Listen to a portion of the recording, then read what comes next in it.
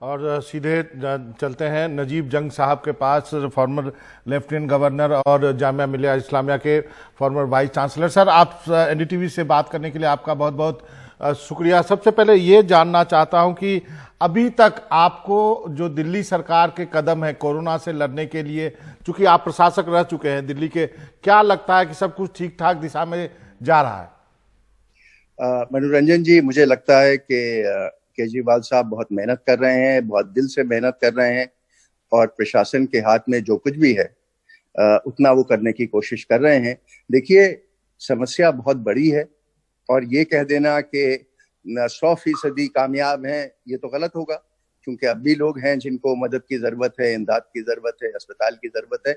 लेकिन इस सब के बावजूद मेरा ये मानना ये है कि दिल्ली सरकार एक खास लगन से और मेहनत से काम कर रही है और दिल्ली प्रशासन काम कर रहा है, दिल्ली पुलिस काम कर रही है, जो सराहनीय है। लेकिन सर, जब तक आप टेस्ट नहीं करेंगे तब तक जो है इस पर आप काबू नहीं पा सकते हैं। लॉकडाउन का मतलब है आप जो है बीमारी को टाल रहे हैं, ऐसा कई विशेषज्ञों का मानना है। रैपिड टेस्टिंग ही जो है एक सोल्यूशन देखा जा रहा है, जो कि शायद आज से अब दिल्ली सरकार शुरू करने वाली है। उन्हें 42,000 किट आज ही मिले।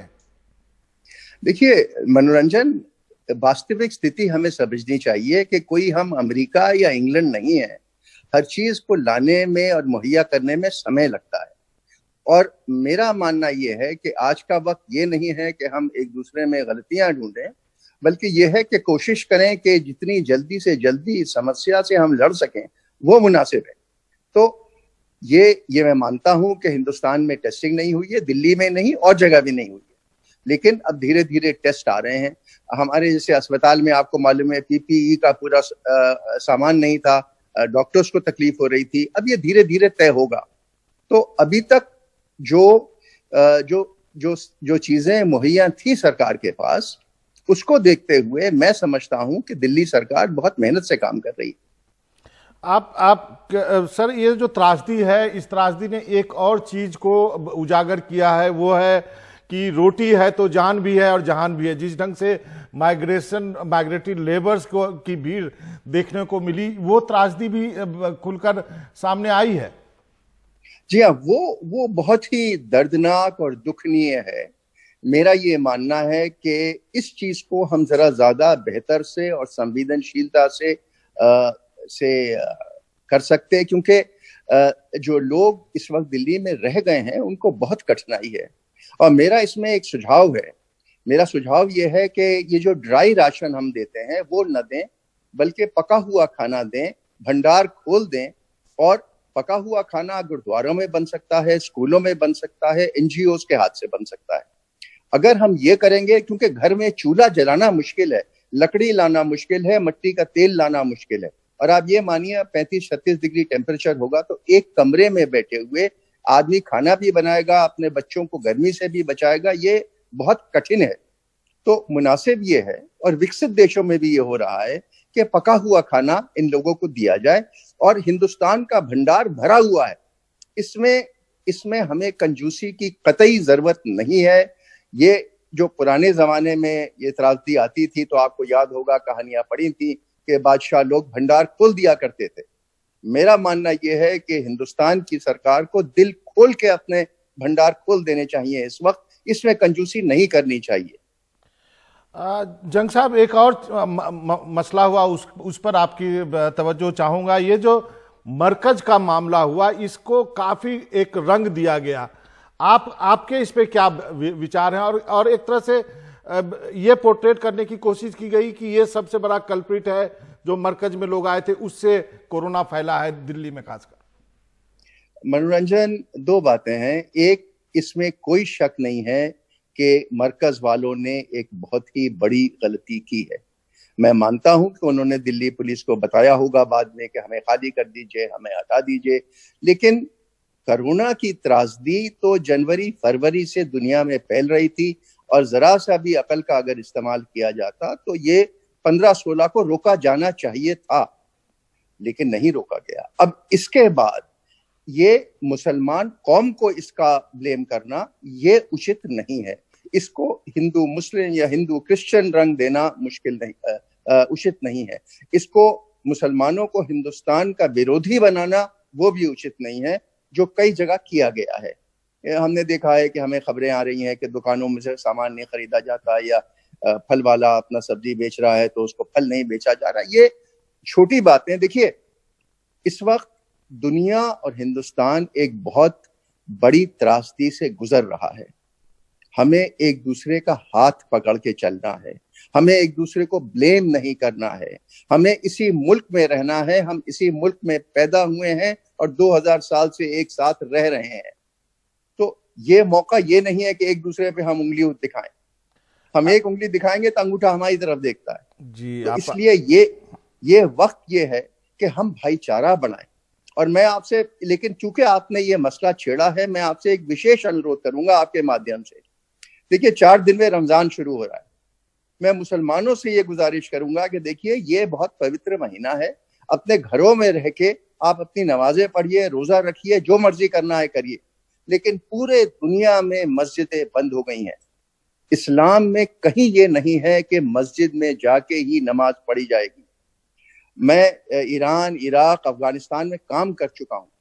अजान की आवाज आती है तो आदमी अपनी साइकिल कोने में खड़ा होके गमछा बिछा के सड़क पे नमाज पढ़ता है। तो इस त्रासदी के बीच में मुसलमानों, हिंदुस्तान के मुसलमानों को ये संवेदनशीलता दिखानी पड़ेगी कि हम अपने घर में इबादत करेंगे, बाहर नहीं। देखिए, ये आपके घर वालों की जान खतरे में है, आपके पड़ोसी की जान खतरे में है, आपके मोहल्ले की जान खतरे में है।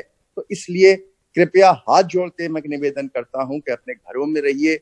ये इस्लाम की जो फीलिंग्स है उसके अनुसार भाईचारे की अगर मुसलमान बात करते हैं तो ये एक मौका है कि भाईचारा सबको बता सके कि हम घर में बैठ के आपके साथ हैं। नजीब जंग साहब, ये जो कुछ जगह घटनाएं देखने को मिलती है, बिहार में देखने को मिला, मुरादाबाद में भी, और कई जगह देखने को मिला, जो स्वास्थ्य कर्मी जा रहे हैं उस पर हमले किए जा रहे हैं, उनको निशाना बनाया जा रहा है। इसको आप इसके लिए क्यों नहीं अपील करते हैं कि इसको ऐसा ना करें जिन मोहल्लों में ऐसा किया जाता है? बिल्कुल बिल्कुल, मैं अपील करूंगा। बहुत ही घटिया और शर्मनाक बात है। अगर किसी ने की है और अगर किसी समाज विशेष ने की है तो उनकी भर्त्सना करनी चाहिए, उनको सजा मिलनी चाहिए। ये गंदी हरकतें हैं। मैंने आपसे फिर अनुरोध किया कि ये मौका नहीं है घटिया और छोटी बातें करने का। ये मौका है दिल बड़ा करके भाईचारे से रहने का। और खासकर जो हमारे डॉक्टर्स हैं, हमारी नर्सेज हैं, इनकी जान की बाजी लगी हुई है। हमारे पुलिस वाले हैं, इनकी जान की बाजी लगी हुई है। आप स्टूडियो में हो, आपने अपनी जान की बाजी लगाई है। मैं तो इत्मीनान से अपने घर में बैठा हूं, मुझे क्या फिक्र है। तो जिन लोगों ने बाहर काम कर रहे हैं उनका तो हाथ हमें पकड़ना चाहिए, उनकी सराहना करनी चाहिए, और जितनी तारीफ हम करें वो कम है। एक अंतिम सवाल आपसे ये जानना चाहूंगा, इस लॉकडाउन, इस जो अभी कुछ चल रहा है, इससे सबसे बड़ी सीख क्या मिली है? खासकर इकोनॉमी के लिहाज से जानना चाहूंगा, या एक व्यक्तिगत ह्यूमन पर्सपेक्टिव में जानना चाहूंगा, सबसे बड़ी सीख क्या है? मनोरंजन, दो मुख्तलिफ बातें हैं। एक, इकोनॉमी का स्लो डाउन हो जाना जो पहले से चल रहा था, और दूसरे, इस लॉकडाउन की वजह से इकोनॉमी का और स्लो डाउन हो जाना, और तीसरी तरफ मजदूरों पे जो त्रासदी बीत रही है। मैं समझता हूं सरकार में बेहतर दिमाग है मेरे और आपसे इसको सोचने के बारे में, लेकिन हाँ, ये बहुत जरूरी है कि इन मजदूरों के बारे में सोचा जाए, क्योंकि जब भी आप रास्ते खोलेंगे, यहां आप इनको नौकरी दे या न दें, ये लोग वापस जाने की कोशिश करेंगे। देखिए, किसी के वृद्ध माँ बाप हैं, किसी के बच्चे हैं, किसी के बीमार रिश्तेदार हैं घर में, उनको जाके मिलना है। और यहाँ रह के जो मन में खौफ हो गया है उसको दूर करने के लिए मैं समझता हूँ स्वाभाविक है और ह्यूमन है कि ये लोग अपने घर जाएं। इनके लिए हम व्यवस्था करें कि ये धीरे धीरे जो जाना चाहता है वो जाए, जो रहना चाहता है वो रहे। लेकिन जबरदस्ती अगर हम इनको रोकने की कोशिश करेंगे तो सोशल डिसऑर्डर हिंदुस्तान में होगा। हम इनको खाना दें, रुपया दें, और अगर ये घर अपने जाना चाहते हैं तो इनको घर जाने दिया जाए, और इनसे ये कहा जाए कि जब यहाँ काम खुलेगा आप वापस आइए, क्योंकि ये त्रासदी हमेशा चलने वाली नहीं है। भगवान, ईश्वर, अल्लाह जो भी त्रासदी देता है उसकी एक मियाद होती है। 2 महीने, 4 महीने, 6 महीने में नहीं कह सकता, लेकिन इसकी मियाद खत्म होगी। हिंदुस्तान इससे जीत के निकलेगा, ये हमें सबको विश्वास है।